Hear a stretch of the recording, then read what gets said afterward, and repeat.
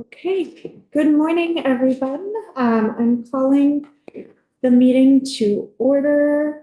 So just hitting that clock at 10:07. Thank you, everyone, for joining us. I know it is the weather has been a barrier to people getting here in person today. So we will thanks to the folks joining us in the room and everyone joining us by Zoom. So we can start. I am Representative Jubilee McGill. I'm the chair of the council, and I also sit on the House Human Services Committee. We'll do introductions in the room, and then I can call folks out on Zoom. So good morning, it's Amy Rose, Policy Director with Voices for Vermont's Children. Rich Weston, Senator from New England. Okay, and then Jenna. I'm Jenna O'Farrell, the Executive Director of Northeast Kingdom Community Action, and I'm on the council representing all of the Vermont Community Action Partnership Programs, which are CVOEO, Capstone, Brock, and SEVCA and NECA. Thanks. Thank you. Sarita? Yes, hi, I'm Sarita Austin. I'm a representative and I'm on the Education Committee. Karen? Hi, I'm Karen Lafayette, and I'm representing the Vermont Low Income Advocacy Council. Thank you. Katie? Katie Ballard, I represent the Vermont Coalition of Disability Rights. Olivia? Hey, good morning. Olivia Graffio Cohen. I represent Vermont Legal Aid. Thanks. And Seth? Seth Bowden, Vermont Business Roundtable. Great, thank you.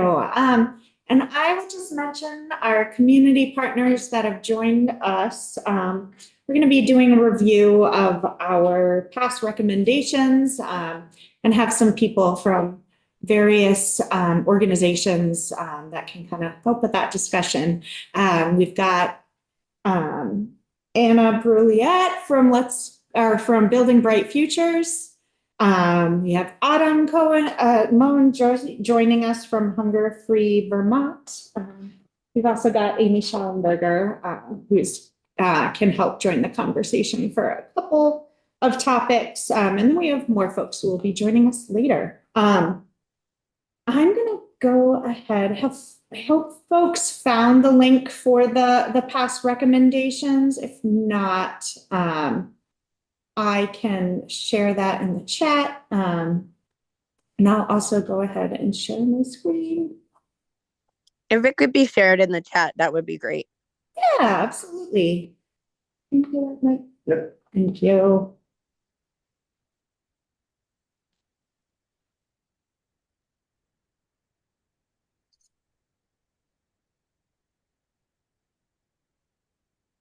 Okay. Let me make that bigger for folks. How does that look?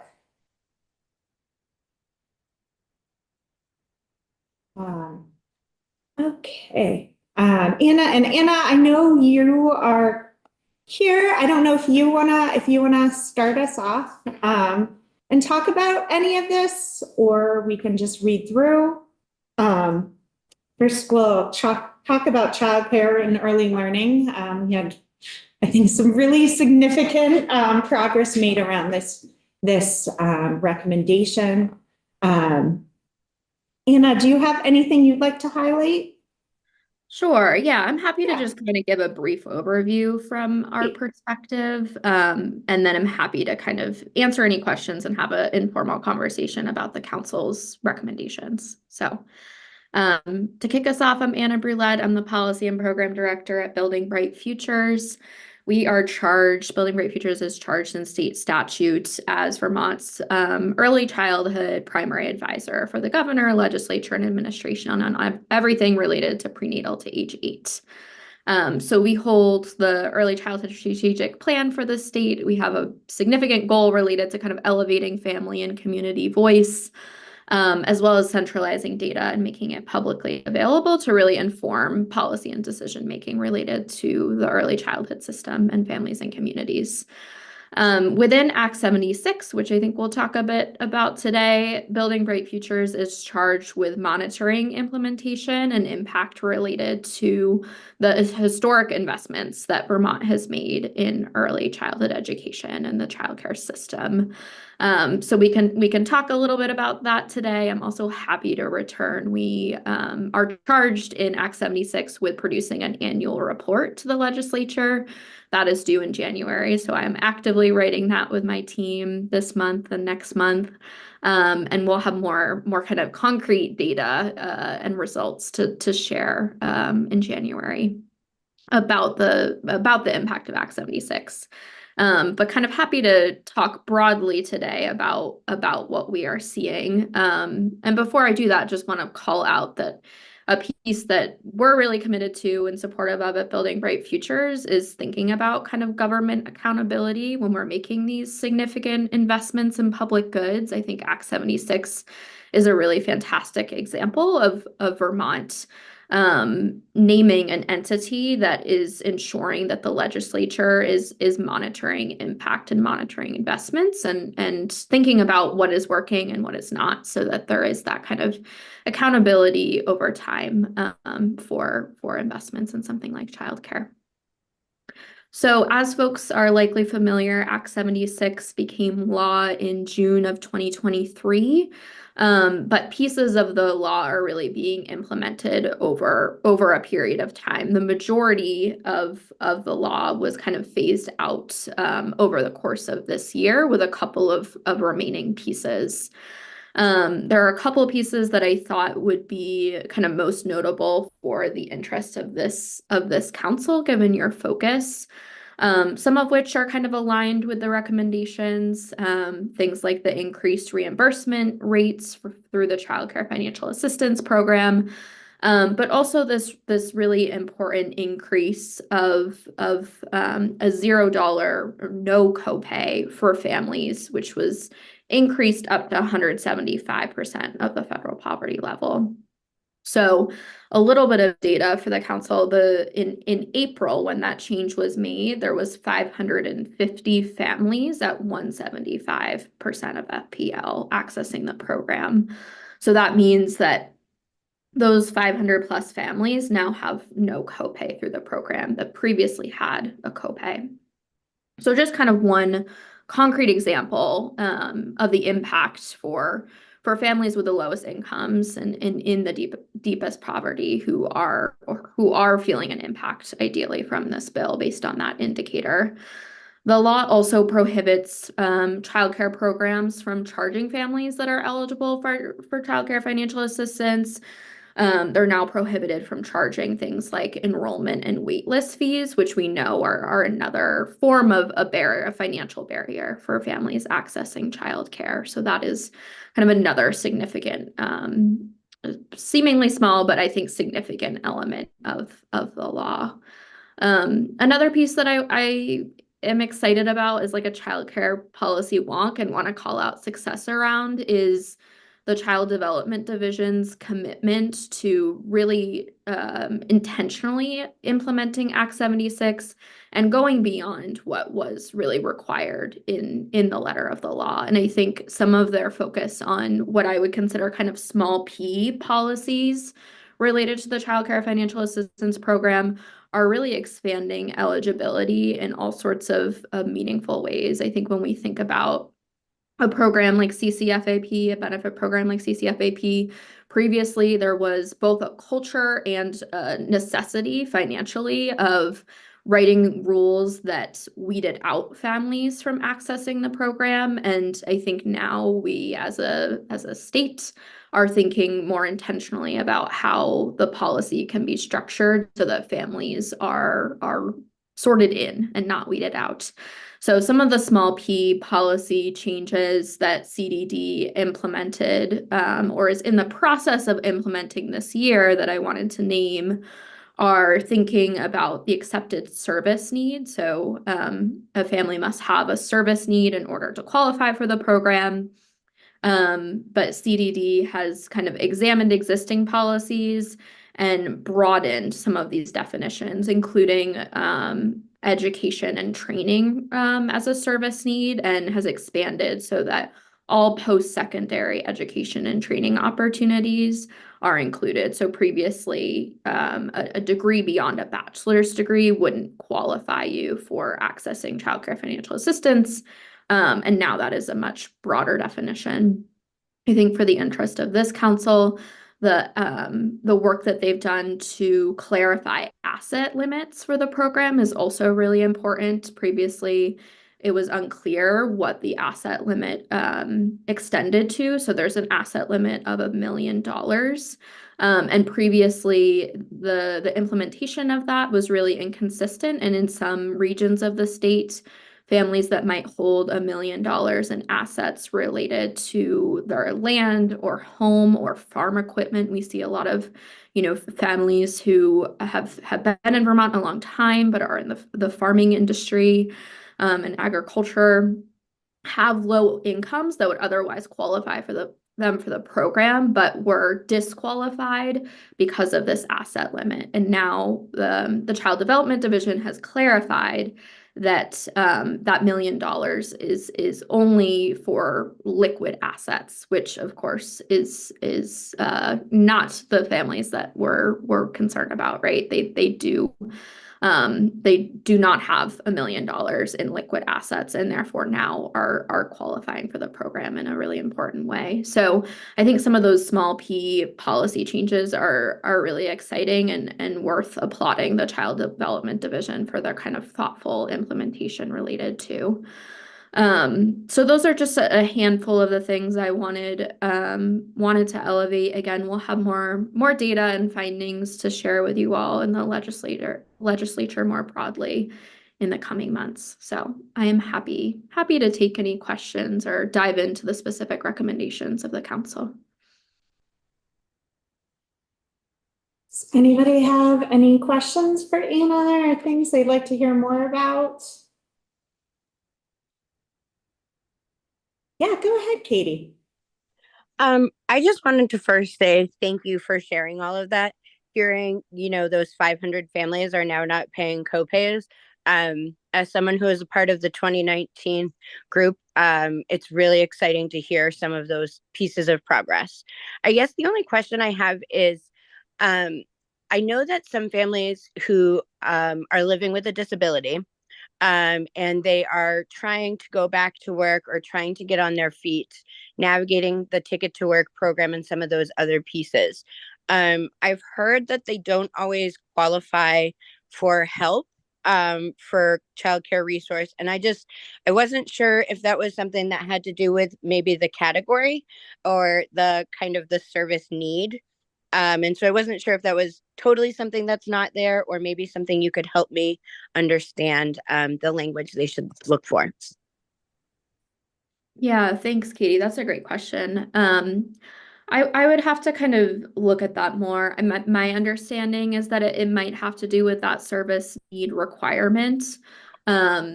And as you can imagine, there are folks who would suggest that we should examine whether there should be a service need requirement to begin with, or whether we as a state believe in investing in childcare for all children and kind of divorcing that from conversations about families' work or education or other types of service needs. But one of the pieces I will say is that we are in conversations with the Child Development Division and other partners about the importance of potentially collecting data related to things like denials for the Child Care Financial Assistance Program. It would be really valuable to have better data on the number of denials and the reason for those denials, so that we could better understand kind of where the gaps are between people who would like to be accessing the program and people who are able to be eligible and access the program. So I think it's a really important question and elevates our need to have stronger data related to the system in order to make some of those policy changes to support families. Thank you. Can I ask a follow-up question? Yeah. Sure. My follow-up question is, I kind of just heard, and I apologize, I'm at home and my internet isn't amazing. So if I heard wrong, my apologies. But I maybe heard something in there about the service need requirement piece, and whether or not, that is something that is a place where maybe recommendation could be made to remove. I don't know if that's something you can talk about more today, or if when maybe you come back, that would be something we could hear more about, because I definitely would be interested to know how that would help folks be able to access this more, or inclusively or with less barriers, if it is something that would be helpful. Sure. Yeah, I'm happy to bring kind of more data and information about states or municipalities that have considered that. I think there's also kind of areas for us to be more creative about thinking about things like presumptive eligibility. So one of the policy recommendations that Building Bright Futures has this year is how can we think about, with a program like the Child Care Financial Assistance Program, having what's known as presumptive eligibility, so that a family is presumed eligible before their application has been processed, and they can immediately start accessing a program and its benefits for a period of time. Other states have done things like a 90-day presumptive eligibility policy for specifically kind of vulnerable populations. So our policy recommendation names that TANF eligible families, particularly thinking about families who might be experiencing homelessness or navigating housing instability, that they should be considered presumptively eligible, so that we're thinking about how to remove barriers to accessing services as quickly as possible.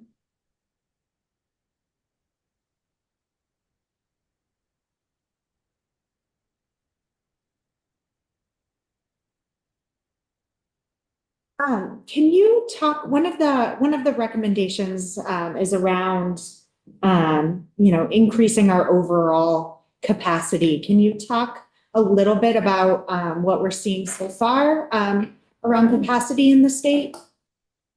Absolutely. Yeah, I think I would describe our kind of current understanding of the evolution of childcare capacity in the state as like cautiously optimistic. We have some really great kind of signs or symptoms of some initial progress related to childcare capacity. So one of the kind of pieces of data that you'll see in our report that will be released in January is some data analysis from our partners at First Children's Finance, who really have a lot of expertise in this area. And I would encourage you all to consult with them as well. But some of the data that they've analyzed suggests that for the first time this past quarter in the state of Vermont, there were more child cares that opened than closed. For several years. That is the first time that has happened, which is really, really exciting, and I think emblematic of the beginning of some progress for a long time, both in Vermont and nationally, through both like the COVID pandemic instability, as well as this trend of family child care homes specifically closing at pretty stark rates. There has been this decline in capacity, and we're starting to see that initial sign of things kind of ticking in the right direction up. I think it's hard to kind of separate a number of reasons why that might be happening. There are both the increased reimbursement rates and a number of kind of capacity and quality incentive programs and all sorts of things in Act 76 that have supported businesses in a really significant way, childcare businesses. But there also are a number of other kind of private grant programs, as well as the federal preschool development grant program, that are investing in childcare programs and supporting them with either opening new programs or expanding classrooms and opening new slots. So I think there's kind of a mix of things that are allowing that to happen. The one other thing I would just add is, despite some of those early signs of progress, the biggest challenge anecdotally that we are hearing remains the workforce. And particularly for a childcare center, that requires, a larger staff than a family childcare home, the ability to hire and retain qualified staff remains a really significant barrier for programs opening as well as programs staying open. That's great. That's a good segue into there. Yeah, Amy, you want to Just a go? quick follow-up. Do we also track the non-traditional hours? That was one of the specific recommendations from last time, is to increase the second and third shift capacity. Do we have any sense of that? Yeah, that's a great question, Amy. Our partners at Let's Grow Kids have the stalled at the start report. I think the last one was probably in 2023, or perhaps it's 2024 data. And that includes some analysis of non-traditional hour care. I would say because of the limited nature of programs that access that and the data set on that, I wouldn't say I have enough data to share any kind of findings pre and post Act 76 investments related to that. It's a really challenging market, and I think probably the workforce factor is perhaps even more amplified when you're thinking about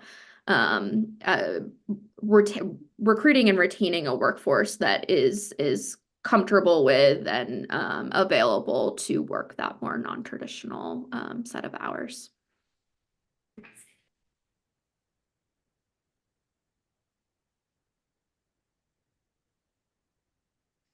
One of the other, one of the recommendations is around workforce incentives.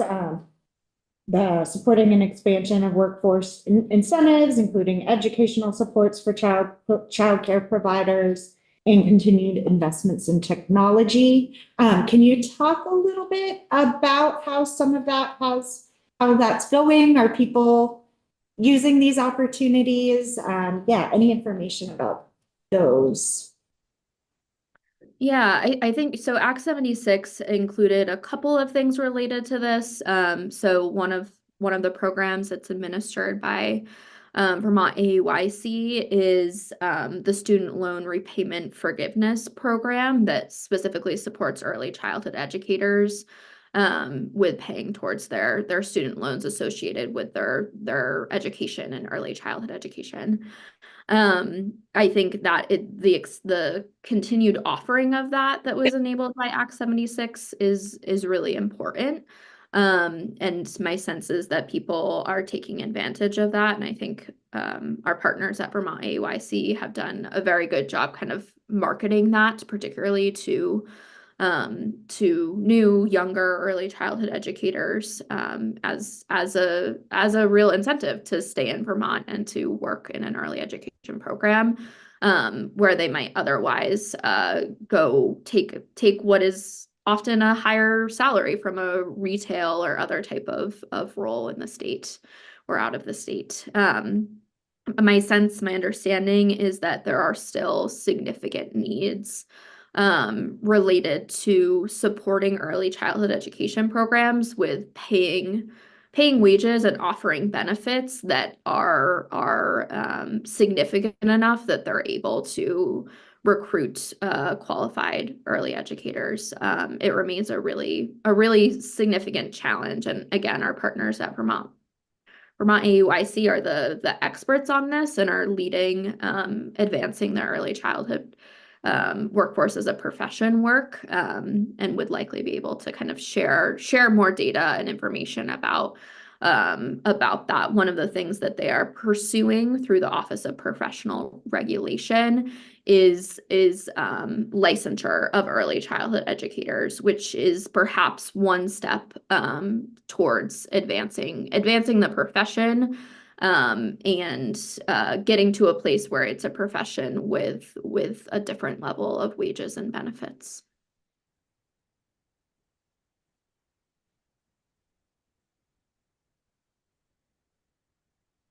Any other questions for Anna?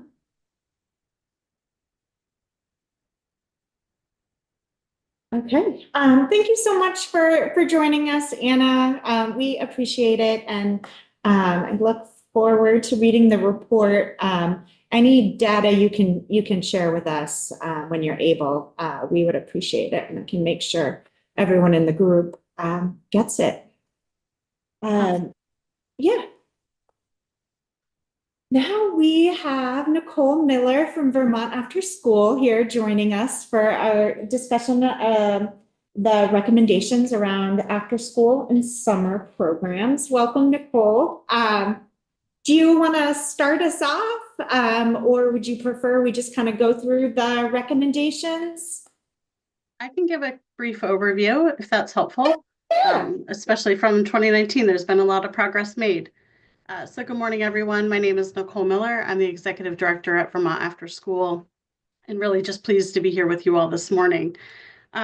So when I look back at the 2019 recommendations, as I said, so much progress has been made. We now have a steady funding stream that's for the funded through the state that supports and adds on to the support that we receive from the federal government, specifically towards after school and summer programs. So that law and that funding source is the Act 78 state after school grant process that's being administered by the Agency of Education. And it complements and goes along with the 21st Century Community Learning Centers program that comes from the U.S. Department of Education, as well as all the supports that are in place for school-age childcare. I really appreciate hearing Anna's insight this morning, and so many of the things that she's mentioned are the same for school-age providers, and many programs are braiding those funding sources all together to make their programs whole. So the Act 78 grant, like I said, is being administered by the Agency of Education. The first round of grantees went out last spring, and they were able to award over a 3-year process. So those awardees will have 3 years of funding. It's estimated to be about $3.7 million. And there were 16 grantees, 9 of whom are school districts or supervisory unions, and the rest are private entities such as nonprofits that are running programs as well. And the next round of applications is actually open right now, and there are 2 tracks. One is a program grant that is a smaller scale, somewhere between $15,000 and $60,000. That's really meant to be either an expansion or really build out a singular program in terms of a singular activity. The larger grant is the Center Development Grant. That's more akin to the 21st Century Community Learning Centers program. And that grant can be somewhere between $50,000 and $150,000. And again, it's working towards building a center that can be that comprehensive after-school program that has many activities moving throughout it within the week, and are often running year-round. And so those 2 program grants, one will end in December and one will end in January, or close, sorry. And we look forward to seeing the agency being able to award those funds so that programs can start off and build more capacity. So I'll pause there and see what questions you all have, and I'm happy to do my best to answer them.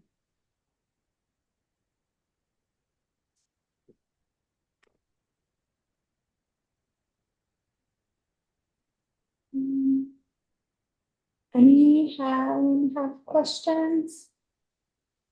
Just a quick follow-up, I guess. Yeah. The recommendation from the previous iteration of the council says increasing investments in after-school and summer programs to expand high-quality programs and increase statewide access. It sounds as though a great deal of progress has been made. Do you feel like there's an added recommendation that you would be hopeful that the council would put out this year, or is there any sort of thing that folks should be monitoring and supporting throughout the year?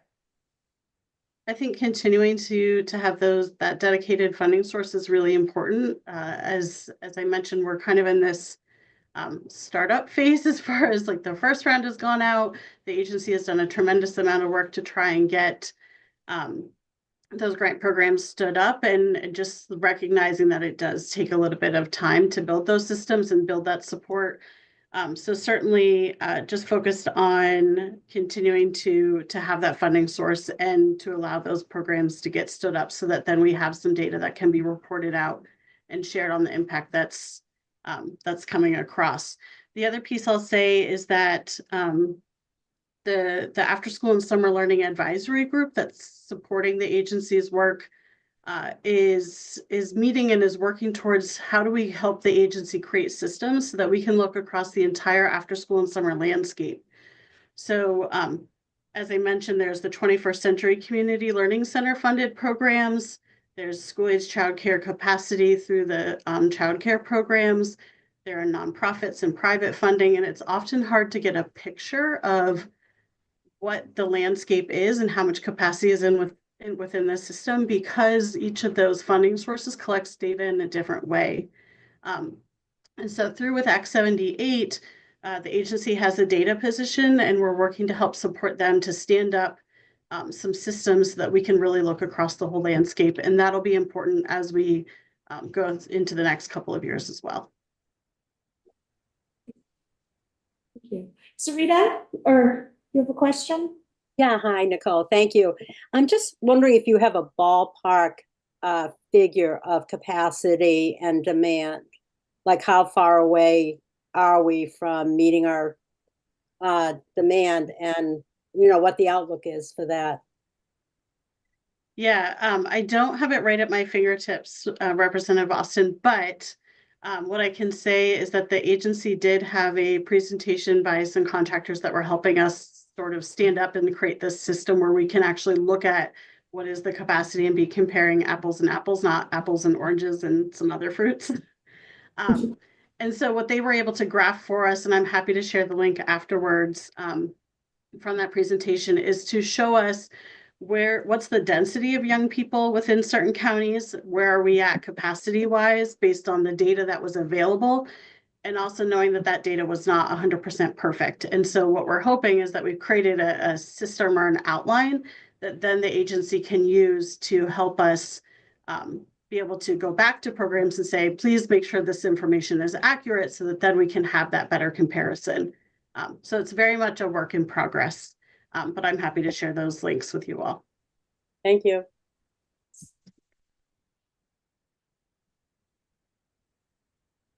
Amy, did you want mind to? if I answer the question about additional recommendations related to this? Oh, yeah, yeah. Do you So- wanna, Amy Schollenberg. can you come and sit? Just Yes. pick a chair. We've a lot of them. Sorry.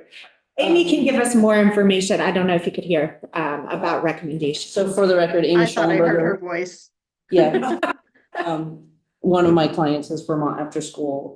So I did want to just specifically ask if you could recommend full funding for the grant program. So even though the sales tax from cannabis is specifically set aside for this purpose, the legislature actually has to appropriate the money into the fund so that it can be spent. So it needs to be done in the budget. And so we just want to make sure that the maximum amount gets put in. It's based on an estimate. So they obviously want to be a little conservative and not over appropriate.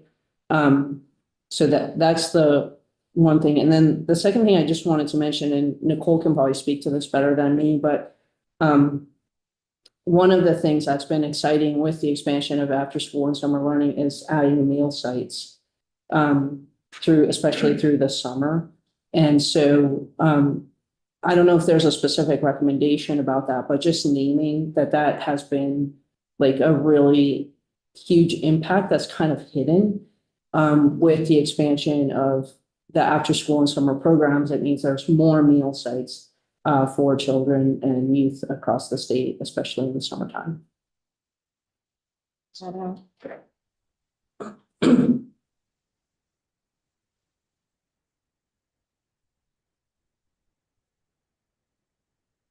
I'm taking notes on.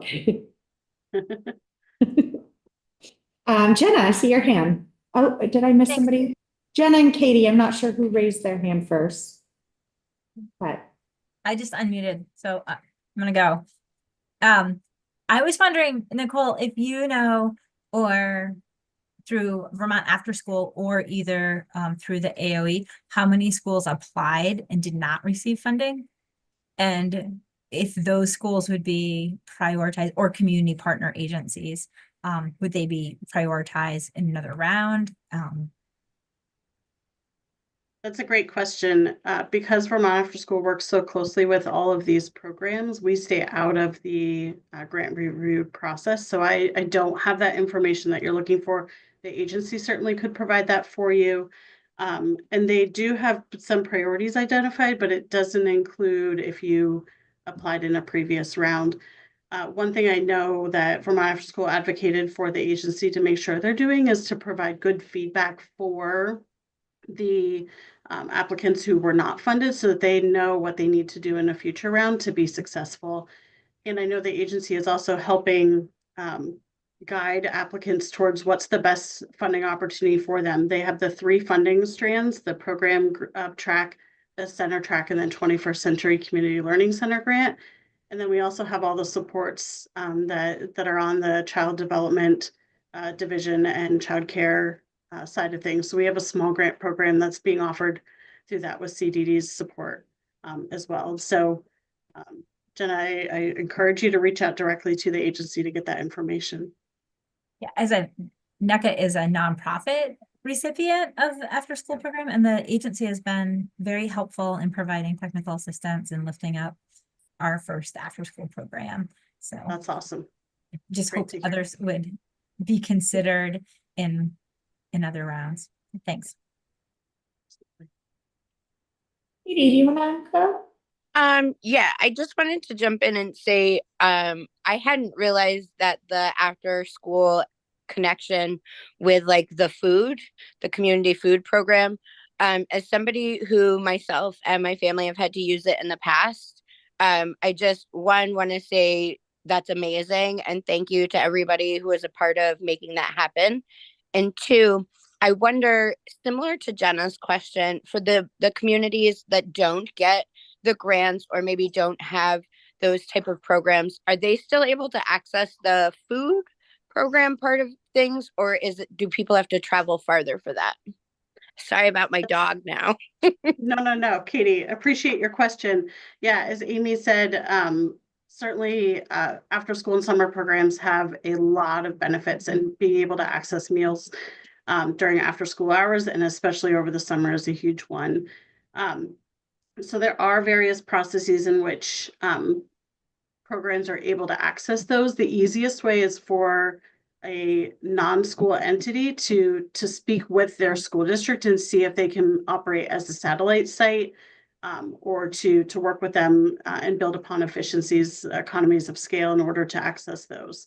And I also know that our friends in the early childhood field are also trying to figure out how to make sure that childcare programs and providers are able to access some of those same supports as well.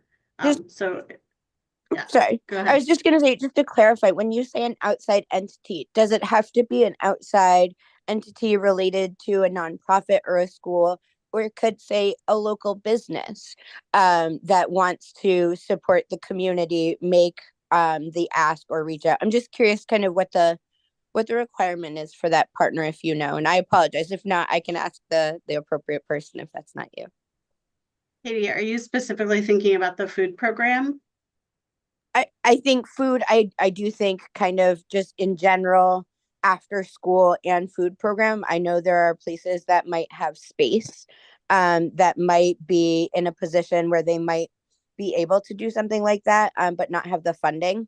So just wondering kind of if there were businesses or nonprofits that were in a position that wanted to, kind of what is that process or that expectation that we have on them to be that outer entity? Absolutely. So as far as being an after school or summer program, that's one of the benefits of the Act 78 funds is that those can be, the eligible applicants can be a school district, they can be a nonprofit, they can be a private entity, which includes a business. And so certainly we want to help support communities and where the capacity or infrastructure already exists or where it could be built, and who has that extra bandwidth to be able to support a little bit. And Katie, I would say the same then follows with food programs as far as depending on where the capacity is, where youth are and where they're being able to be served, and then making sure that we can get food to them through those federal programs is key.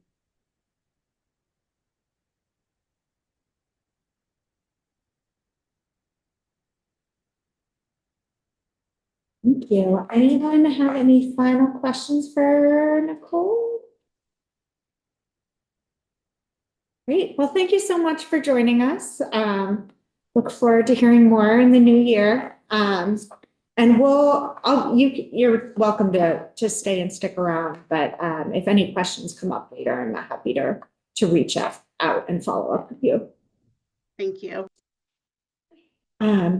Okay, now we're going to move on to just kind of talking about hunger. It's kind of interwoven in a number of the recommendations, and we have Autumn here from Hunger Free Vermont. Amy will be assisting. Do you want to come sit at the table? Yeah. There's also Honor from Hunger Free Vermont did send a memo, which will get posted. But we have Autumn here in person. So do you want to? I can kind of go over what's in it and just kind of down and then take any questions. So we wanted to thank the council on all the work that has been done on food security recently and just highlight some of what we see as big efforts that have happened in the state in recent years. So that includes the state child tax credit and the earned income tax credit, expansions of those, as well as expansions of affordable childcare, universal pre-K, and the enactment of universal school meals. These historic achievements show us that the state can make policy choices that ensure food security and economic security for all of our families. And I really wanted to highlight some of the numbers on universal school meals because we've seen this be really, really popular and really successful across the state. So Act 64 Universal School Meals has eliminated hunger in all Vermont public schools by identifying 10,000 students who are not receiving free school meals for which they were eligible, and by reaching an additional 25,000 students whose family income makes them ineligible for free school meals, but is still below JFO's basic needs budget. So that's reaching quite a large number of public school students that were not receiving free school meals before. And Act 64 has also supported family food security and eased financial hardship to strengthen thousands of Vermont households by covering the approximately $1,200 per year per child for school lunch and breakfast that this burden used to fall on families. And so that's fostering economic security for families across the state. And Act 64 has done this all while coming in under budget, under what has been appropriated each year by millions, actually. So it's come in substantially under budget every year and as compromises less than 0.9% of the education fund. So it's an incredibly efficient program and is really, really impactful for families across the state. And not only are kids getting their meals at school, but Universal School Meals Act also helped increase the number of students that are identified as low income, which doubles the number of communities that are now eligible to operate federal universal free summer programs and after school meal programs. So this brings an additional federal funding for Vermont that helps us reach a record number of children for after school meals and summer meals. And just really want to highlight the significant increase in summer meal sites this past summer in 2024. So our recommendations that we have in this memo are to affirm support for the Universal School Meals Act. Our second recommendation is ensuring that Reach Up grants reach Vermont's lowest income single parent families by eliminating the rateable reduction. I think we'll probably talk more about that later. And then to ensure that family child care home providers can use the Federal Child and Adult Care Food Program, or the CACFP, to provide nutritious meals and snacks by filling the funding gap for CACFP sponsor organizations. I'm happy to answer more questions about that as well. But just wanted to highlight that those are our three main recommendations for the council, and just really wanted to celebrate too the work that has been done thus far. Because you all show that when we step into leadership for food security and economic security, our collective action across all of our organizations can be more successful. So I'll kind of leave it at that, but I'll take any questions as well. And then all of this information, as well as a lot more, is in the memo that you just mentioned that will go out later. So lots more numbers and details if you want to really get into the weeds on it. Thank you. Yeah. Did you have a question, Amy? Yeah. Can you share a little bit more about the third recommendation? Is there a legislative requirement for that, or is it the funding piece? Yeah, so we've drafted language that is all in this memo as well. And also, if you have more questions, I can direct you to my colleague Keely Agan, because she oversees a lot of this work, but I can read the bill language that we have written up, which will be in this document as well. So this would be $182,000 appropriated to the Agency of Education, which would distribute among the CACFP sponsor organizations as an incentive to participate as a sponsor for the program, because all family child home care providers must have a sponsor organization in order to provide snacks and meals. And there's just a large funding gap that makes it really difficult for the CACFP sponsor organizations to actually operate the programs. There's only 3 sponsor organizations in the state right now covering the entire state. So it's a big burden that's placed on them, and the financial gap is quite large. So yeah, that's kind of an overview, but I can get you more details if you want. Mhm.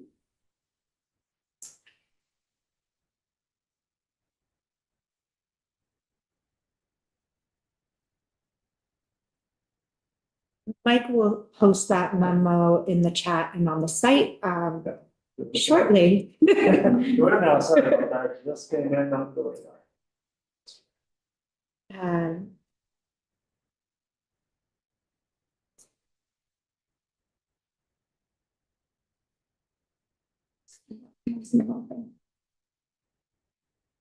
Olivia. This might be too speculative, Autumn, so feel free to tell me, wait and see.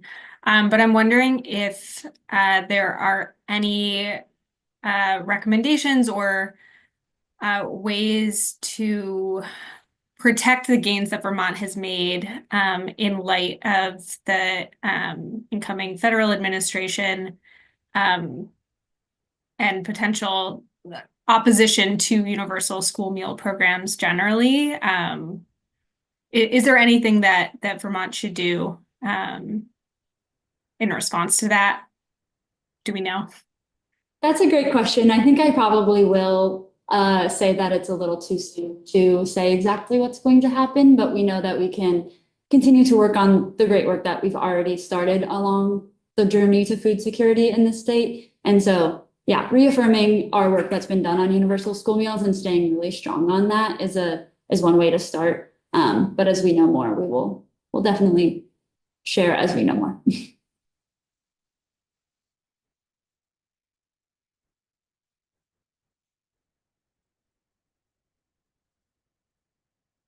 Do you have anything you wanted to add, Amy?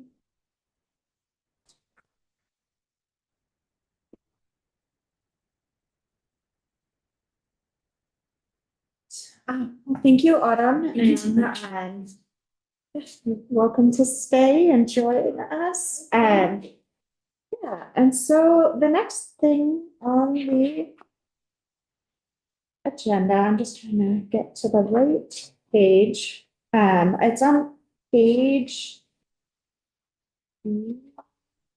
19. We had a recommendation around trauma and family supports, support and monitor the implementation of the Agency of Human Services Childhood Trauma Response Plan, developed pursuant to 2017 Acts and Resolves number 43 and 2018 Acts and Resolve number 204. And there wasn't really any known action on that. It's okay. There you are. I don't know if you have anything you'd like to share with us, or can share with us, that would be great. Sure. So we've been doing a lot of work. Actually, I've been doing a lot of work since I'm the sole person doing this. I think one of the big things I've really been trying to push, and I've seen it happen, is understanding the impact of language on these efforts. I last year was working and invited to a roundtable for all states who have trauma responsive departments, individuals. And that's one of the big shifts is we're trying to switch the language from being trauma informed to being trauma responsive. Because I cannot tell you the number of people who have told me, oh, we are trauma informed. We've all been trained. And I'm like, so what are you doing? And I don't get an answer. So when you talk about agencies, programs, individuals being trauma responsive, then the natural follow-up question is, what are you doing? And that's been an uphill battle. The other piece is the Child Trauma and Family Work Group that created my position, that did a lot of this work, that created the plans, fell apart during COVID. And I have been working to revive it. We have a meeting coming up in December. I've worked over the summer with select volunteers to talk about where is our next focus. What it remains to be done, because we have done so much work. And now, thanks to all of the work that's been done, we have a fairly good workforce of people who can offer trainings on childhood trauma and ACEs and things like that. So where are the holes? So one of the things that I am in the process of proposing is actually changing the name of the work group to something I've sort of called Vermont Thrives, with Thrives being an acronym for the buckets that we need to look at. And it's in rough draft. I haven't had buy-in from the group. That's what December is from. But I can tell you Thrives stands for being trauma responsive and healing centered, including H is including health equity. R is building resilience. I is employing innovation. V is creating vibrant families and communities. E is centering equity, diversity, and inclusion. And S is using social drivers of health to create systems change. So it gives us buckets to look at. It also allows us to look at a lot of the work that's going on around the state. There are tons of strategic plans and pieces of data and agencies and departments in the state all doing this work. The problem is being one person and trying to gather everything that's happening, and focusing on what are our challenges right now, such as COVID response, which still is going on. We have a very traumatized workforce. Especially, I can tell you this morning before here, I was running late because I'm running a monthly session for community partners and state employees who work in housing, to just give them a place to get some support, listen to their concerns. I can elevate things if they need me to. I have been doing a series of training because we don't have healthy children if we don't have healthy adults. And I don't love the word healthy because there's some judgment there, but it's what we use. So I've been doing a lot of training on looking at the continuum of really caring for yourself and what that means, because everyone's tired of being told to engage in self-care, and it makes people feel bad, and it doesn't help our workforce or our parents or our community. So I've actually torn apart and recreated that idea, and I've been starting to offer trainings which have been really well received, with practical ways to care for yourself so you can care for the children in your life, so you can show up as your best self. Because I think that's where the next step is for us, is looking at the adults and looking at the systems, and how do we weave being trauma responsive into everything we do? And how do we start looking at, instead of like basic survival or resilience, which is another word everyone has really started to hate because they're tired of being told to be resilient, to move towards thriving. What do we need to thrive? and live our best lives versus just, as people say, bouncing back and going on and acknowledging, I think, things that are true. For example, we may, as an individual, when you have trauma, you may never completely heal. You may always have scars. You may always have tender spots, and that's okay. You know, people want to know that it's okay at times to have a soft place to land and not always be armored and marching forward or marching onward. So trying to pull all of those ideas together is what I'm really, this year is about, is really offering the trainings, reviving the child and family trauma work group, and providing support and information as a subject matter expert to anyone who needs me. I sit on so many different committees and places where I just poke my voice in and talk about kids and really talk about our underrepresented population, because that's another place where we have challenges, whether it's the 2ST LGBTQIA plus community, people of color, people living in poverty. All of these areas feel like they don't have a voice at the table. You know, and many of those groups are small, so they believe, and they're right, that they're not counted. How many data sets do you see that will say this group was too small to count? Or this group, you know, we couldn't count them because it might identify them. And people are really frustrated with that. You know, one of the things that we've sort of been talking about when we're trying to do data gathering is allowing people to opt in. You know, stop being paternalistic and let people say, yes, I want to be counted. You can use my information, even if it might identify me. You know, because right now we make that decision for people. So that was a lot of rambling, but that's what I'm doing. I mean, I'm very, very busy. And there is way more work than I can do. So I'm trying to pick and choose what I do, and go from there.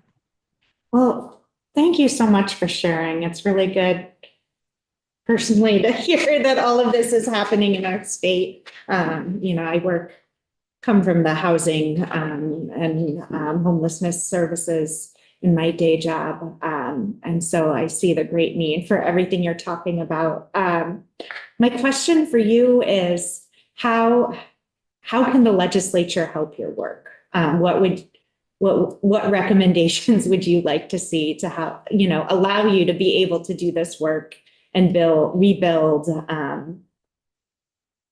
adequately? You know, I don't know, really honestly, because I'm just like I said, I'm one person.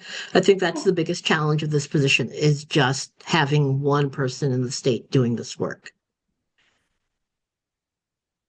It's a lot. I very rarely work a 40-hour week. If anything, I get yelled at a lot by my supervisor saying you need to take time off so you don't burn out.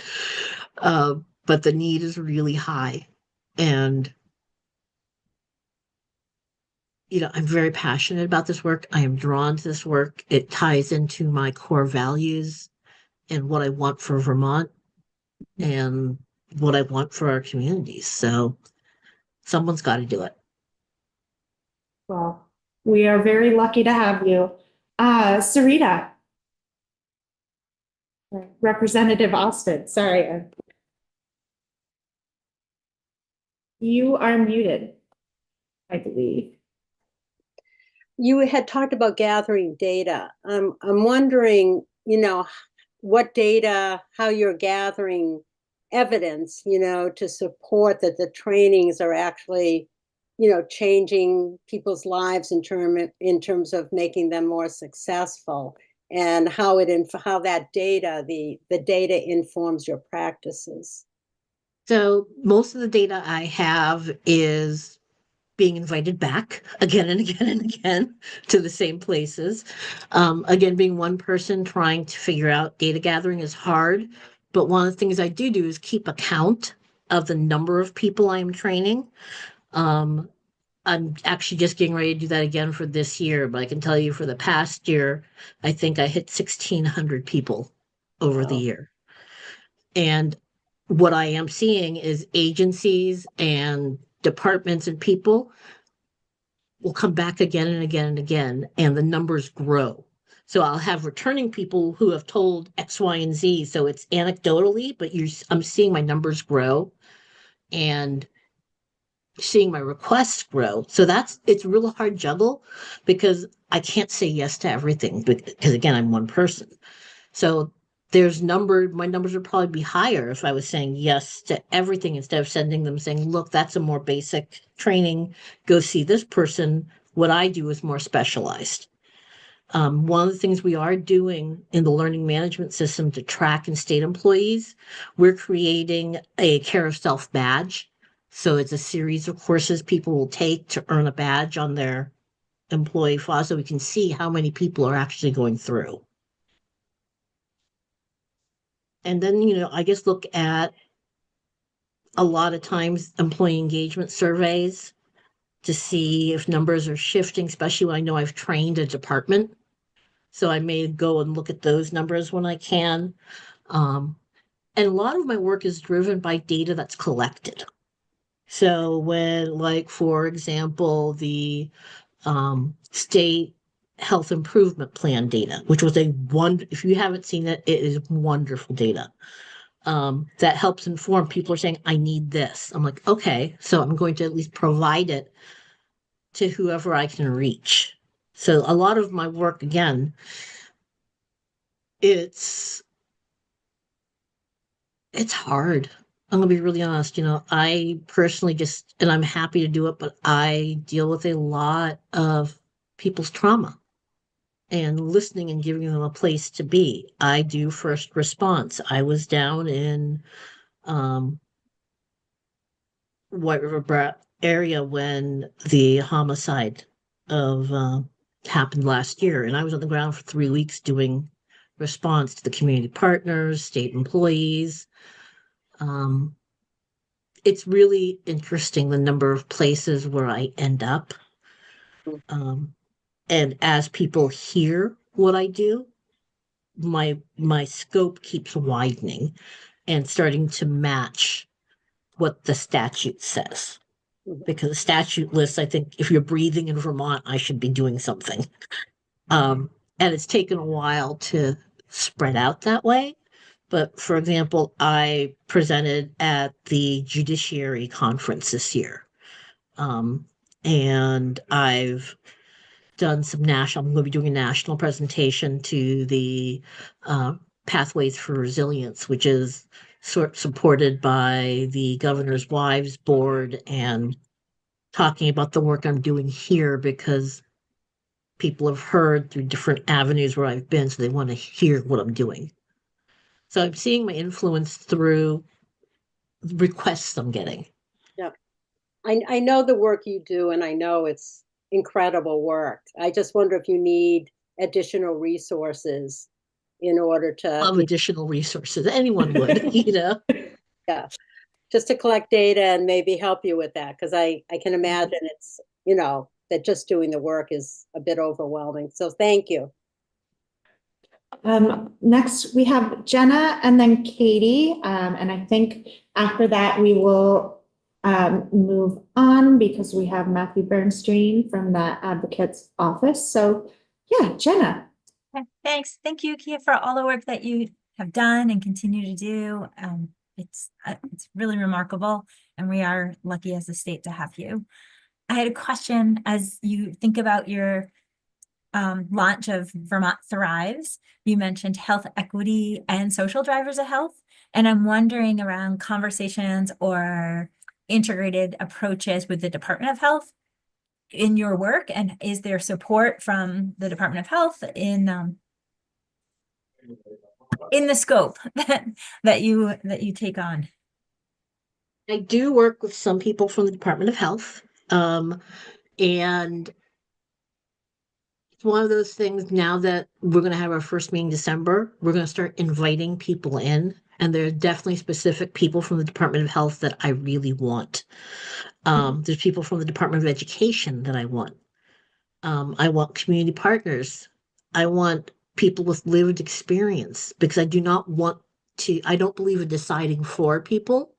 I believe in hearing what people are saying and going from there, which is one reason I love the data that was just collected by the State Health Improvement Plan, because that really is voices of people who want and have that experience.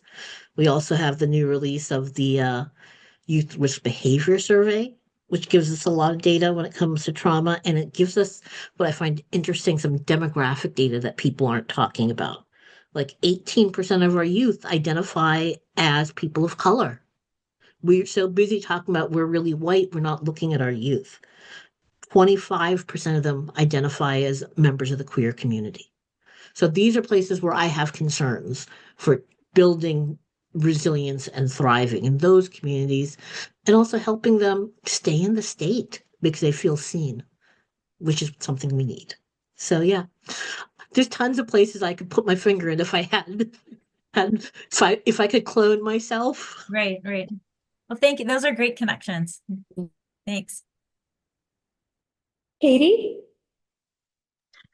Hi, yes, first I want to say thank you for all the work that you've done. It's amazing. As someone who, and I've told the council in the past, I struggle myself with PTSD, and some other family trauma.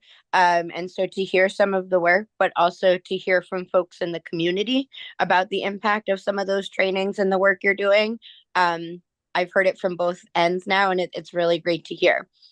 Kind of along with Jenna's question, and in our recommendations, I believe it was part C of this one, was related to back in 2019, I came and spoke with our council about special education, and specifically about the experiences of families navigating special education while also being of color or being a family who also identifies as living in poverty. I know that there is a lot of room for growth in that conversation. I just heard you talking about maybe areas for partnerships. I just want to 2 points. One, I'm now the chair of the Vermont State Special Education Advisory Panel. And if there's anything that panel can do to either provide some training to families and stakeholders on our group or be a part of collecting some of that data, would love to do that. And secondly, as you're thinking through some of the trauma conversations, did you have any recommendations for our group as it relates to the educational or the special education, specifically kind of around the trauma and the generational poverty lens? So in a nutshell, yes, I would love to connect with you and talk. If you want to email me, it's my, it's a government address, firstname.lastname@vermont.gov. And yes, I do actually, my training is as a school psychologist. That's my background. So I think about this all the time when it comes to IDEA and some of the trauma and the paperwork that's required and some of the things that are really challenging for families. I've had my fingers in the state interagency committees and the lit committees. I put my fingers in redesigning the questionnaire, which is why you see race questions and things in there now. And I continue to have conversations. I find that's where I have the most influence, is sitting at tables like this, or like I said, the State Interagency Committee, or the Health Equity Advisory Council, Substance Misuse Prevention Council, because that's where I advocate to think about how do these things affect families who live in poverty, people with some type of disability. I belong to the disability community. I thoroughly understand what it is like and how challenging it can be for families and for the kids involved in that system. The amount of trauma they face on a daily basis really hits home to me. I really believe in using lived experience and voice when we are talking about these things, which is one reason I'm willing to share and be vulnerable and share my personal information because it's lived experience. And sometimes that really hits home. But Yeah, and I think continue that's to do where I came into this as well. And one of the things we talked at length in 2019 about was also kind of the experience of parents trying to navigate for their children, especially parents who don't always get childcare or kids don't have after school. And so they're trying to meet, with their teams. And a lot of times they're having to choose between going to school meetings to support their children and going to work. And a lot of times they're having to choose between keeping those jobs and advocating for their children, which might mean losing health insurance or access to a vehicle and transportation. And so I really appreciate all of that. And I definitely would love to connect and continue to see how our work can support each other. But I'd also love our council to continue to think about how can we make recommendations to support this group as it relates to trauma and education and special education specifically. Thank you so much for being here today. I really appreciate it. Absolutely. And thank you for your questions. Yes, thank you so much. I would encourage you to think about, ways the legislature could help you, and see if we can incorporate some of that into our recommendations, because I think continuing that work in Vermont is going to be essential. Okay, now we are switching gears. We have Matthew Bernstein joining us, our Vermont Child Advocate. Hello. Hey, yes, you wanna get started? Sure. Let me. Do you need to share? Yeah, I think I have it, but we shall see. Okay. Okay. Are you seeing that? Whoops. I need We're to go seeing to the full screen. slideshow. Yeah, There we go. All right, how's that? perfect. Okay. Thank you. And I guess even though we're switching gears, and of course the jets have just started flying behind me. They look at the agenda, I think, for these sorts of meetings. I wanted to connect personally to what other folks were just saying too, because I think this presentation is going to be at a sort of lawyer speak at a high policy level, a lot of it. But the way I approach this work, even though I am a lawyer and a policy person and I love this work, is the way I got into it was actually through special education as a teacher and then as a lawyer. But I think thematically, really what I love about working in child welfare and with any poverty and family related issues is the code switching that is required and that represents who I am.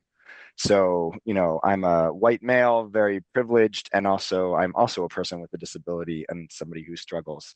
I spend time in high level policy work and I sit with 5-year-olds, right? I want to be able to speak federal law, but I also want to be able to talk in a way that is clear and that reaches folks who may not have gone to high school, let alone college, or have an advanced degree. So I think as I work through this, I guess, and I guess I should say also personally, my roots my immigrant roots and my roots as somebody whose family was incredibly poor 2 generations ago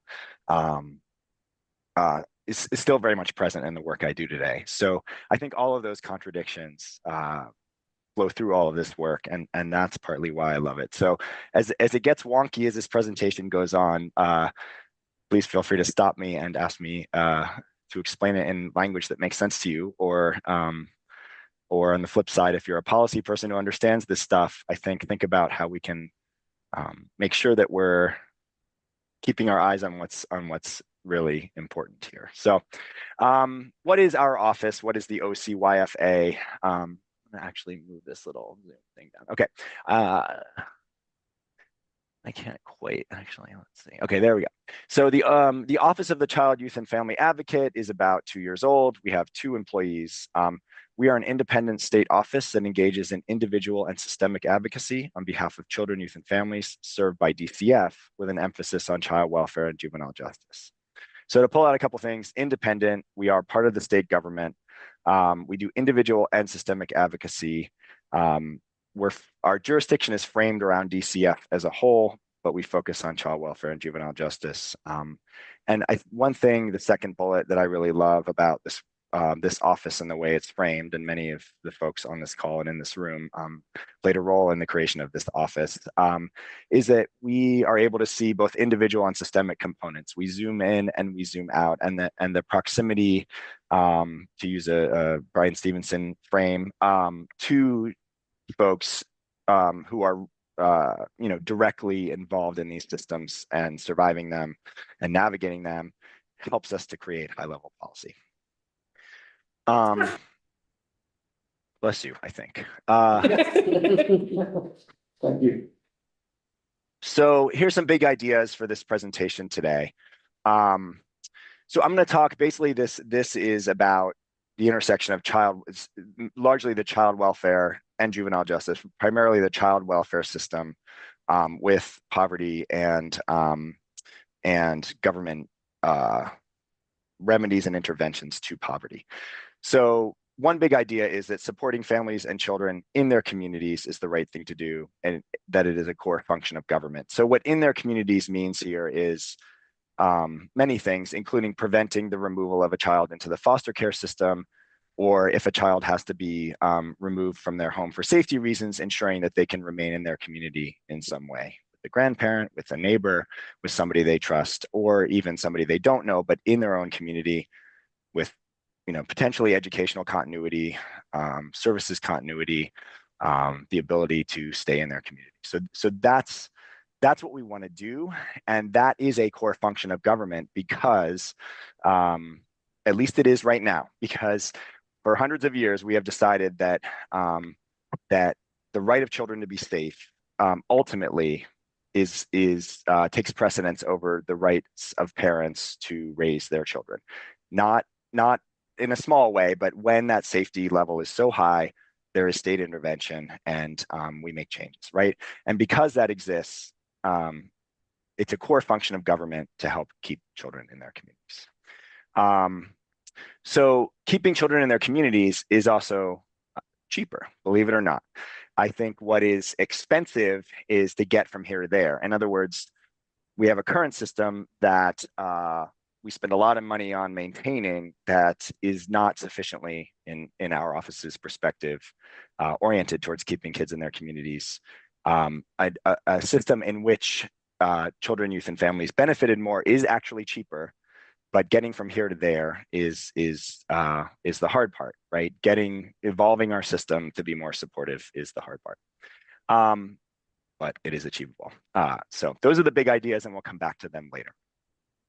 Okay, so how are poverty and child welfare connected? And this is a quote from, I think I saw somebody from Building Bright Futures on the call. So thank you for your work on this. This is from their 2022 report. I think it was Anna, right? So shout out. The stress of being unable to meet the basic physiological needs of food and shelter, often due to poverty, impacts the ability of parents and caregivers to create an environment, where children can grow and learn.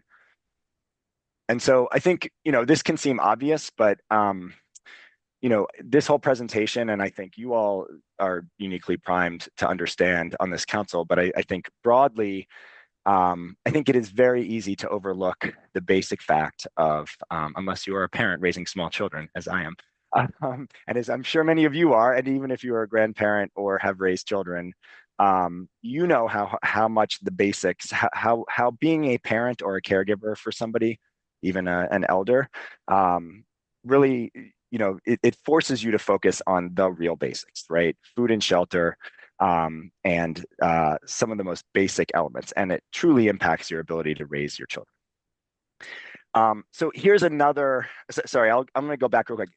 The way we approach child welfare is often like this. It's sort of like, well, poverty or no poverty, kids have to be safe, and families are dealing with a lot, and I don't want to oversimplify it, but they struggle, and therefore there's a safety issue, and we often have to take action.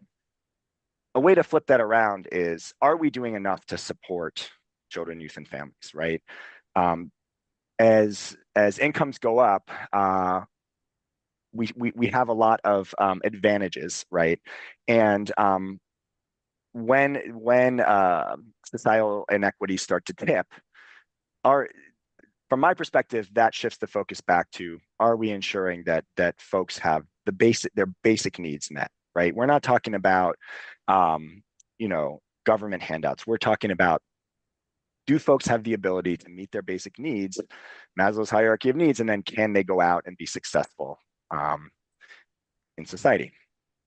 So here's some of the way I like to focus on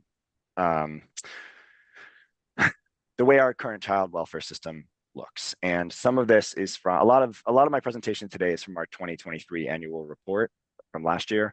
We're currently working on our 2024 annual report. There's a couple of sneak preview pieces of data coming up. But our 2023 report is long and narrative, but it has a lot of interesting data in it that I think is useful, and it has a short executive summary. So that's available. It's cited at the end of this presentation. And our 2024 report will be out before the end of the year. So here's how to understand how child welfare connects with poverty. And these are nationwide stats. And excuse me, let me blow my nose real quick.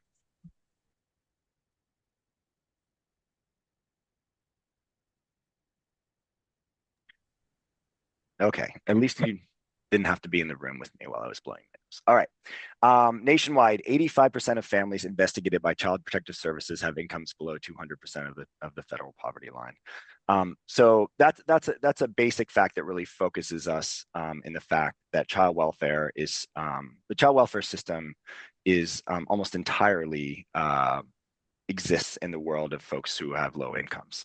And also it's worth pointing out, which I don't have words for on the screen, nationwide, 75% of child welfare investigations are for neglect, not abuse, right? And the general distinctions there, I think, are obvious to most people. But neglect, or as Vermont sometimes uses the term, risk of harm, comprises almost all, the large bulk everywhere of child welfare investigations.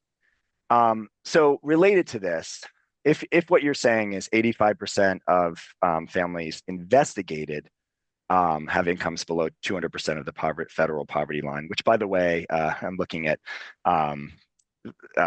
Olivia and others on this call, 200% is not a lot, right? That is, I think it's what, $12,000 for a household of one. Somebody could probably pull these up. For a household of four, that is not enough to live on.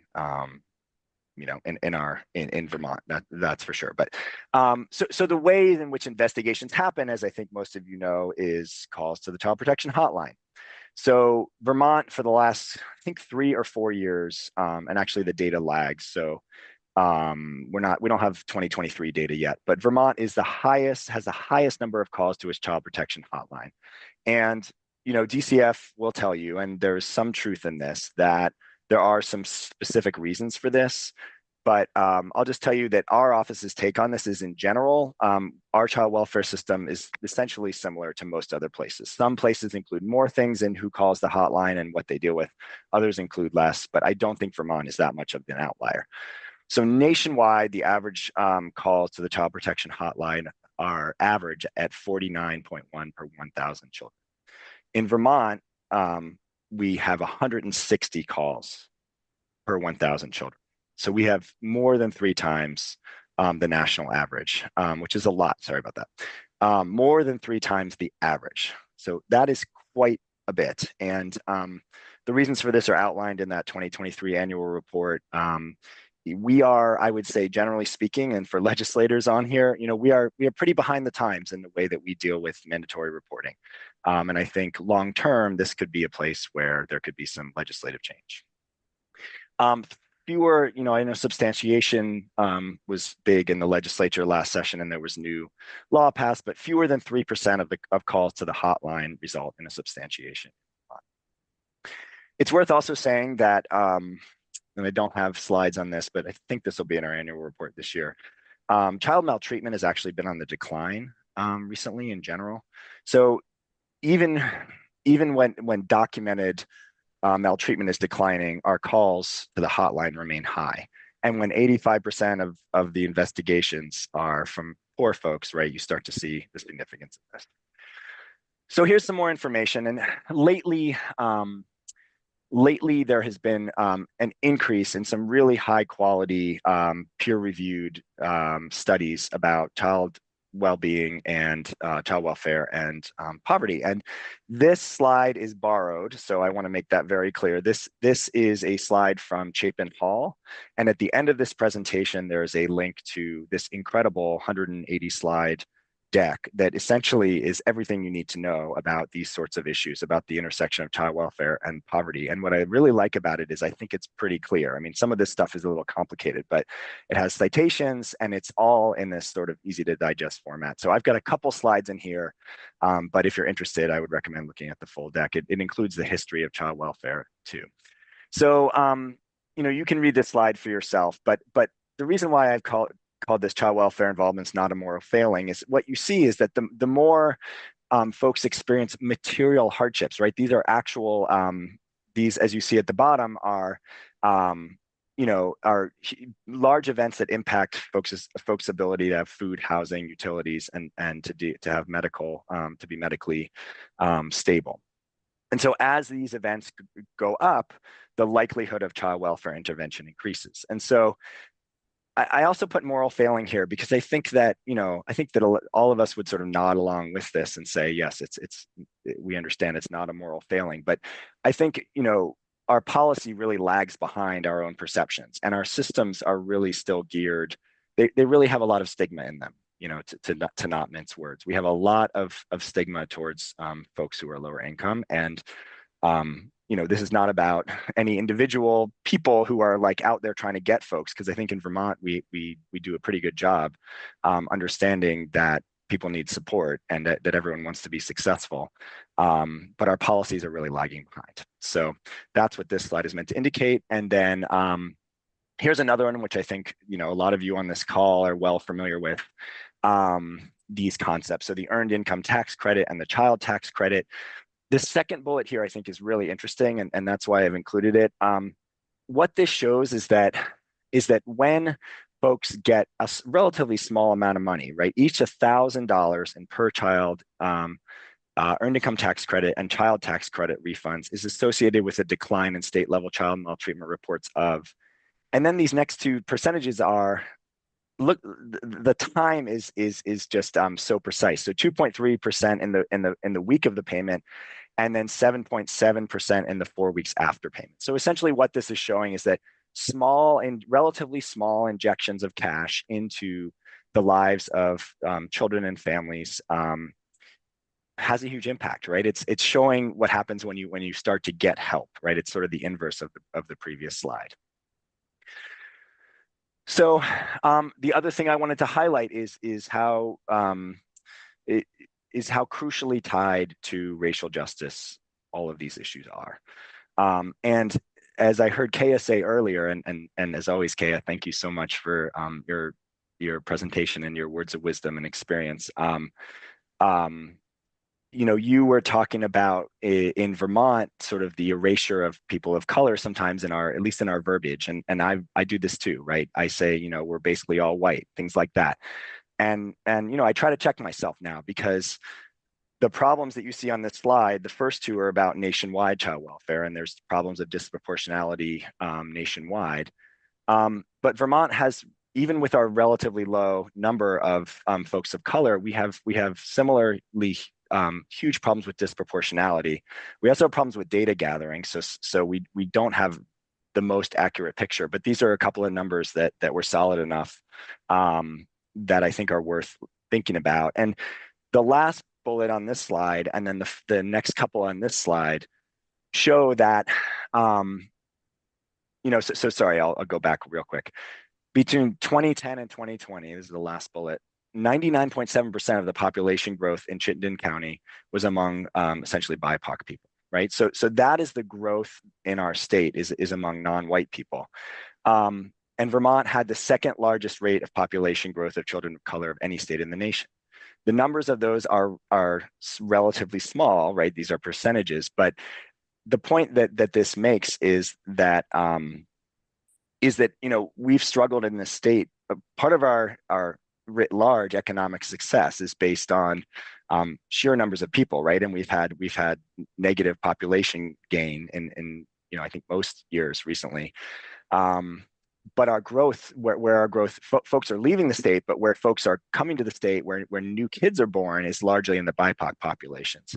So these numbers that these disproportionalities are especially important as time goes on, and they're especially important for our economic base as the state moves into the future.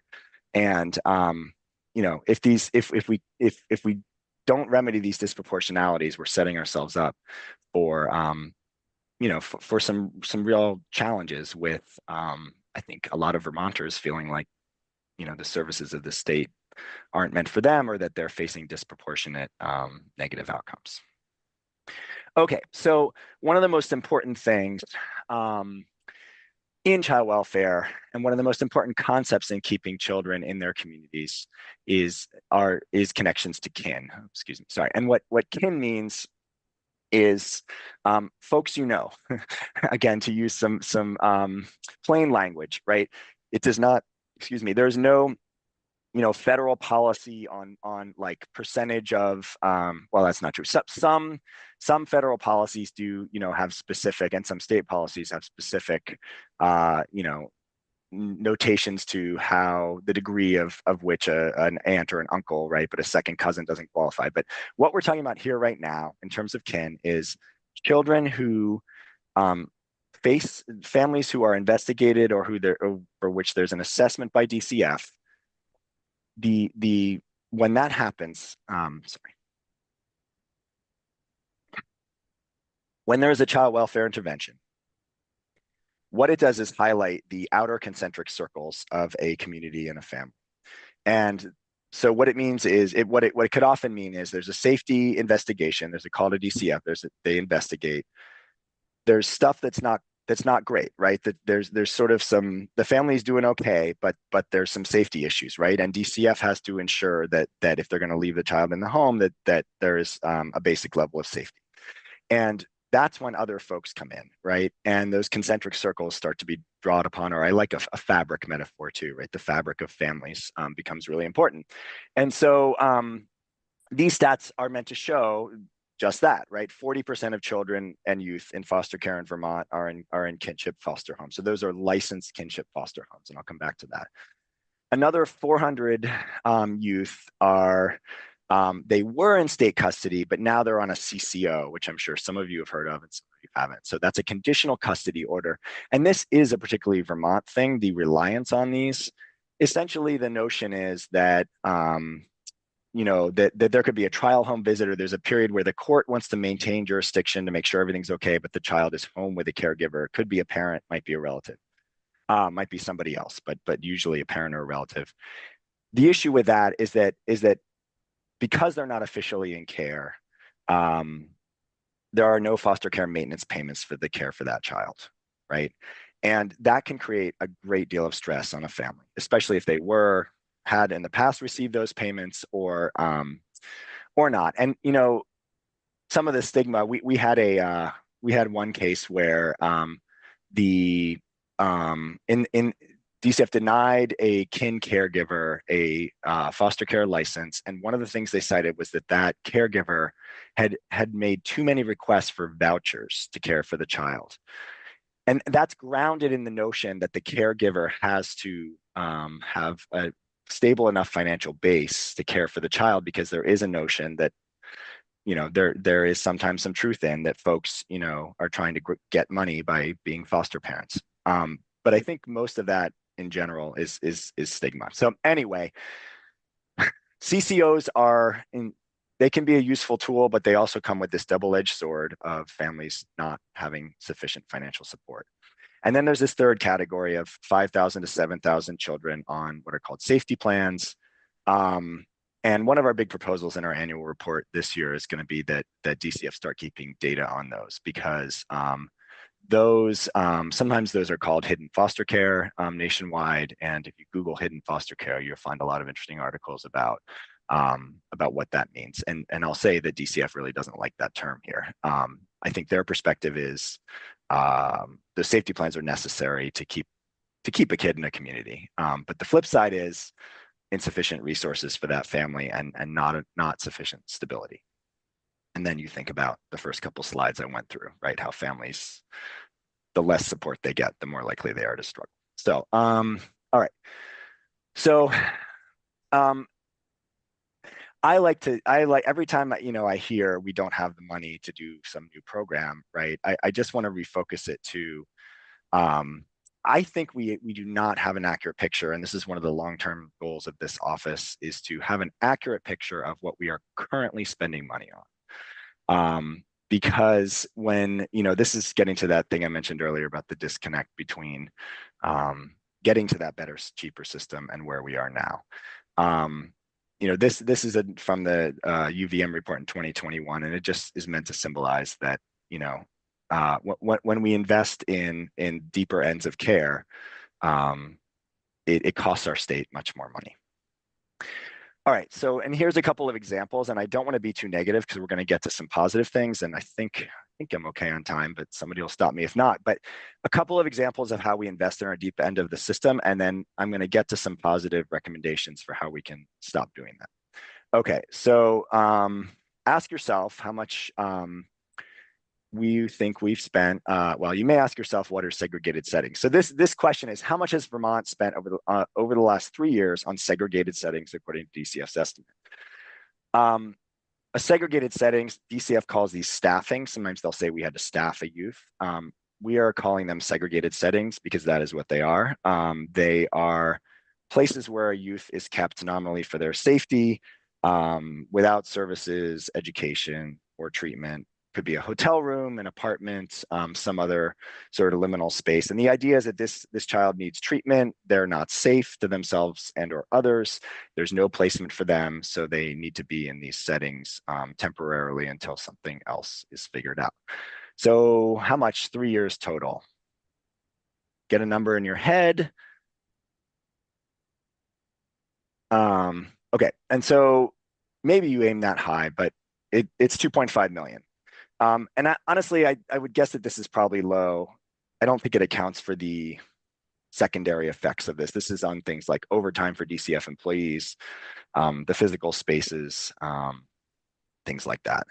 And I should say too, there's a huge effect, as you've heard testimony in the legislature, on DCF workers of these settings. DCF, nobody likes these settings. From the frontline workers on up to the commissioner, but the feeling is we have to do it. I don't agree with that. I mean, we've pushed back. I understand why it happens, but I don't think we have to do it. And I think we have to do better. So that spending is increasing. It's gone from 57,000 a month to 147,000 a month in the last 10 months up to last month. So when I say we're investing in the deep end of the system, what I mean is it's getting more and more expensive to maintain the system that is harmful to the children and youth. Here's another example. This chart was in our annual report last year. This is an updated version. So if you look, our annual report came out. Since I think we went up through September of 2023. So the 3 or 4 bullet points on the right are new. What this is Vermont's drawdown of federal funding to fund group care placements. So these are residential treatment centers, not hospitals, so not the Brattleboro Retreat, but places like Seall Depot, Vermont Permanency Initiative, places like that. And also, these are not out of state. These are for Vermont. This is for group care of Vermont children, what we're drawing down. So what you see is basically the dotted line is federal law changed it essentially went into effect at the beginning of 2022. And it basically meant that if we were going to hold kids in residential care for longer than 14 days, we had to satisfy a bunch of administrative requirements showing that it was high quality residential care. We couldn't do it. And so our drawdown has bounced around a little bit, but as you see, it actually went negative. We actually had to give money back. And this line will continue probably at 0 for some time. So this is per month here. Each dot is a month, and this is how much we're drawing down in federal funds. What this means is that the gap is filled with state dollars. So we've gone from Oh, you know what? Did I skip one? Oh, I had these in the wrong order. So that's okay. This is supposed to be the first one. It's the same thing, but basically this is total drawdown. So sorry, this is quarterly drawdowns, total and aggregate. I had these in the wrong order. Sorry. So we were drawing down, as you see, between $150,000 and $200,000 in 2020, and we've gone to essentially zero per quarter. And this is that represented on a per child basis. So we're drawing down $3,000. We were drawing down $3,000 in 2020, and now we're drawing down essentially zero. Again, all this gap is filled with general fund dollars. So here's a couple of other examples. Residential care, we are working on how to explain how much we're spending on it. 10 million is really an estimate. I honestly think it could be a lot more, but I don't know. There's been a lot of talk about this new Green Mountain Youth Campus, and it is going to be very expensive, and I haven't seen a clear estimate of the true cost. We are building a new data system, and my single message on that, because I like to keep moving, is I'm concerned with the way it's going. We're doing it in a way that is, I think, going to be inefficient. And I think the kicker for all of this stuff is the last two bullets there is that the deep end investments are not reimbursable with federal funds through Medicaid, through Title IV-E. They are reliant on state dollars. So what can we do? Well, honestly, I think there's a lot more we can do than you're used to hearing. Here, this is a summary of, this is nationwide, not Vermont, but these are the main sources of funding for child welfare in Vermont, and you'll see Title IV-E is the biggest one. TANF, the block grant, Medicaid, Title IV-B, and other federal spending. Title IV-E of the Social Security Act is the main way states fund their child welfare systems. I need to put a site. I'll add a citation to this. This is from Child Trends, which is a really great website. So this is nationwide. These are the main funding sources for child welfare for states. So recently, there's a new rule that was finalized. There's a couple new rules. One is this one. It's kin licensing. And essentially what this says is that state agencies, including DCF, can I guess I would say relax. They can have different standards for kin foster homes than they do for non-kin foster homes. And DCF is working on this rule, but I think one thing we can do is to really speed up that rule so that folks, so that it's easier to get licensed for kin caregivers so that they can get those foster care maintenance payments. And I'm almost done. And then the other is this is a final rule. This is from 2024. This relates to legal representation. And what's cool about legal representation is that it means much more than legal representation. But let me just read you. This is directly from the new federal rule. Many families that come to the attention of a child welfare agency are in the midst of or recovering from familial, health, housing, or economic challenges or crises. These obstacles can impede a family's ability to provide a safe and stable environment for their children. Addressing these obstacles to restore a family's stability and safety and prevent a child from being removed from their home is critical to a child's well-being. This is because removal, even for a short period of time, exposes the child to a range of trauma and stress. A child who is at risk of entering foster care has better outcomes when they remain safely at home compared to when they are placed into foster care. Access to independent legal representation can help stabilize families, improve safety, and reduce the need for more formal child welfare system involvement, including foster care. For families with children that have been placed in foster care, independent legal representation can expedite reunification and improve permanency to help provide access to needed supports for youth transitioning out of the child welfare system. So it's directly in the federal law, this connection here. And as I said, legal funds are not just for lawyers, and that's what's really exciting about this new. So they can include social workers, they can include peer advocates. The funds can also pay for legal representation in civil matters. So that would be somebody who has child welfare involvement and they might also be facing eviction. There could be a legal aid attorney to represent them in that eviction, or they're lacking a public benefit that they need some legal support with. So now federal dollars can flow for these things. And so this is some back of the envelope math, but the federal rule actually cites an estimate for the cost of per child of these are the average claims projected for 2024, this 2837 number, for what it costs. And the key thing to understand about this is we are doing this part right now. So right now, every child essentially, and every parent who needs an attorney gets an attorney. Right now, those are 100% state dollars. What this is saying is we could be drawing down $2,837 per child. And here's some back of the envelope math. These are estimates, but I think they're accurate estimates. So we have about 900 children in care. That doesn't account for children on CCOs that I mentioned earlier. So that would put it up to about 1,200. 80% participation rate is just meant to reflect a administrative cost. So 20%, 20% won't get the forms in, or 20% won't satisfy the administrative requirements, but that still equals over $2 million. And again, this is for what we're doing right now. So don't we need a new data system to do this? You've heard this before. Short answer, I don't think so. But I think the longer answer truly we don't. We can do this without it. We may not draw down $2,800 per child, but we can use our penetration rate to as a proxy to draw down a significant portion of that right now. And I think it also should make us think about this new data system, because I have a lot of concerns about the way we're designing it. More on that in our annual report. We think we should implement our new data system slowly and focus directly on some of these issues, the issues that most impact families. The way this RFP is apparently going out, it's all at once. And it is based on a waterfall concept that I think is not going to be efficient in terms of a way to spend money.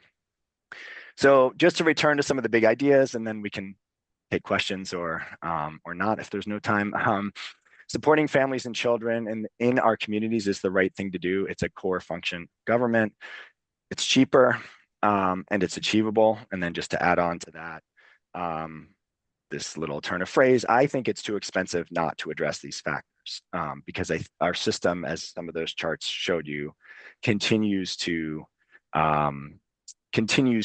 become more and more expensive, and the least effective outcomes become the most expensive. And I want to say too, it's not a moral failing by DCF, just like it's not a moral failing by families or anybody else in state government that our system looks like this. Policymakers need support, and we all are maxed out, right? And so it really does take pausing and taking stock and really, getting out of our short focus here to some long-term planning, because some of the steps I outlined we can do today. There's others that are medium and long-term. So that's it. Lauren, who was going to join me today, couldn't be here. She's our deputy advocate. She's great on these issues and was going to talk about some individual cases we've worked on.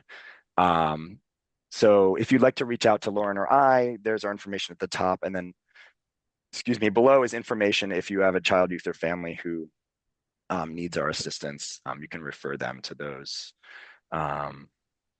places, and I will be sure that Mike has the slideshow. And here's some sources that I talked about today, and I'll add that child trends at the end. So I'm happy to take questions, or if you're sick of me, I understand that too.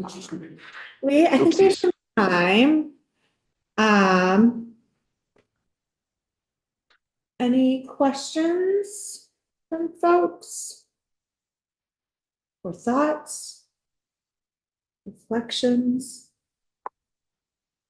Sarita? I just want to say thank you very much. This was extremely helpful. It looks like you put a lot of time into this presentation, and I really appreciate that. This was very, very helpful. Thank you. Thank you, Representative Austin. Yeah, and I should embarrass her by saying that Representative Austin was instrumental, sponsored the H644 last session, which now allows children who were in foster care to obtain their records of their time in care, which was truly groundbreaking and was incredibly important. So I want to thank you as well. And yeah, this is stuff we've been working on for a while, and I was excited to have a chance to talk about it. And I won't get off before I talk about this grant either, because I need to remind myself, but let's, we can talk about more questions, or we can, sorry. Katie. I just wanted to say thank you. This was great and a lot of information. And also just to say thank you for continuing to encourage us to push ourselves and to achieve more and to think outside of the box. I think my experience on this council and my hope for the new council is that we do continue to think outside of the box as we think of what's best for the children and families across Vermont. So thank you. Really appreciate that.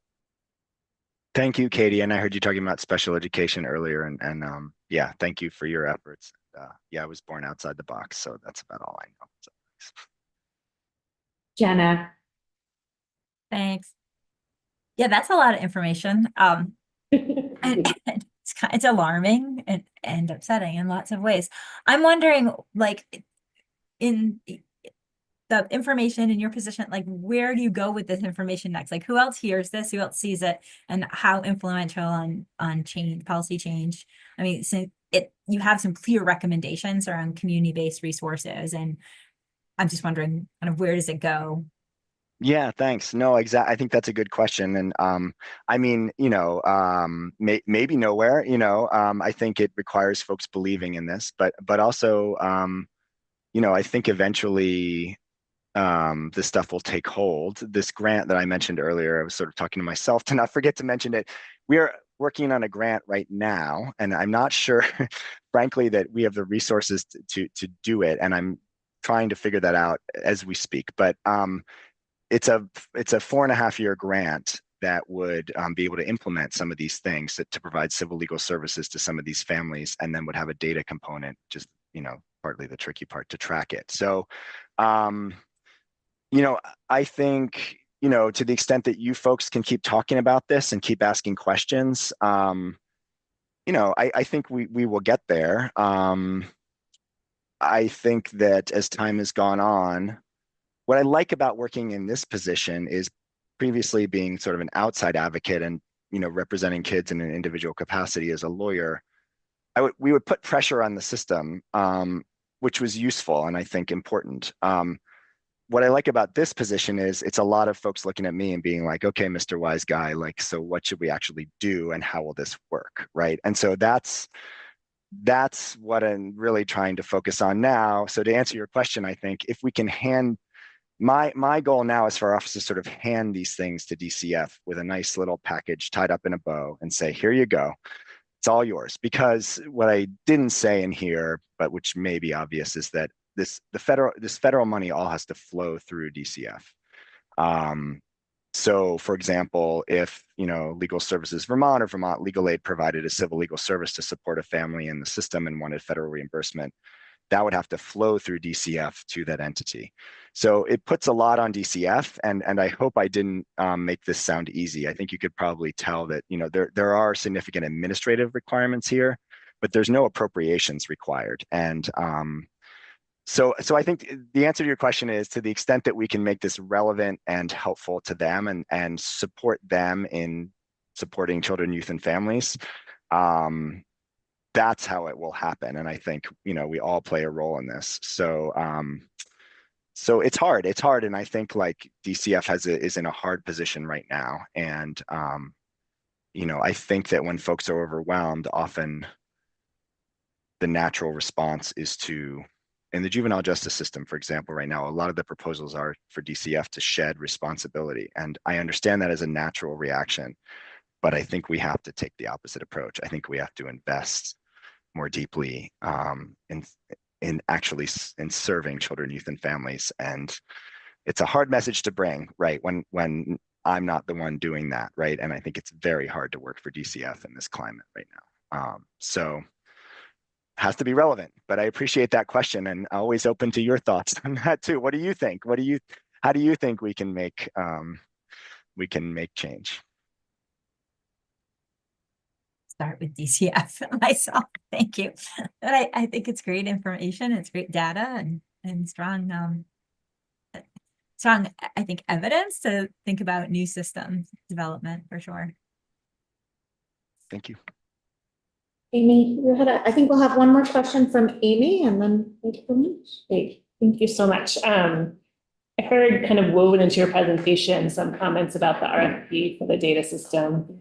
It sounds like that process has already begun, and it sounds as though that's really critical to drawing down federal 4E funds. And so you don't have to answer it today, but I'm wondering if you have time to follow up with us around like concrete steps that we could take to learn more and to engage in that.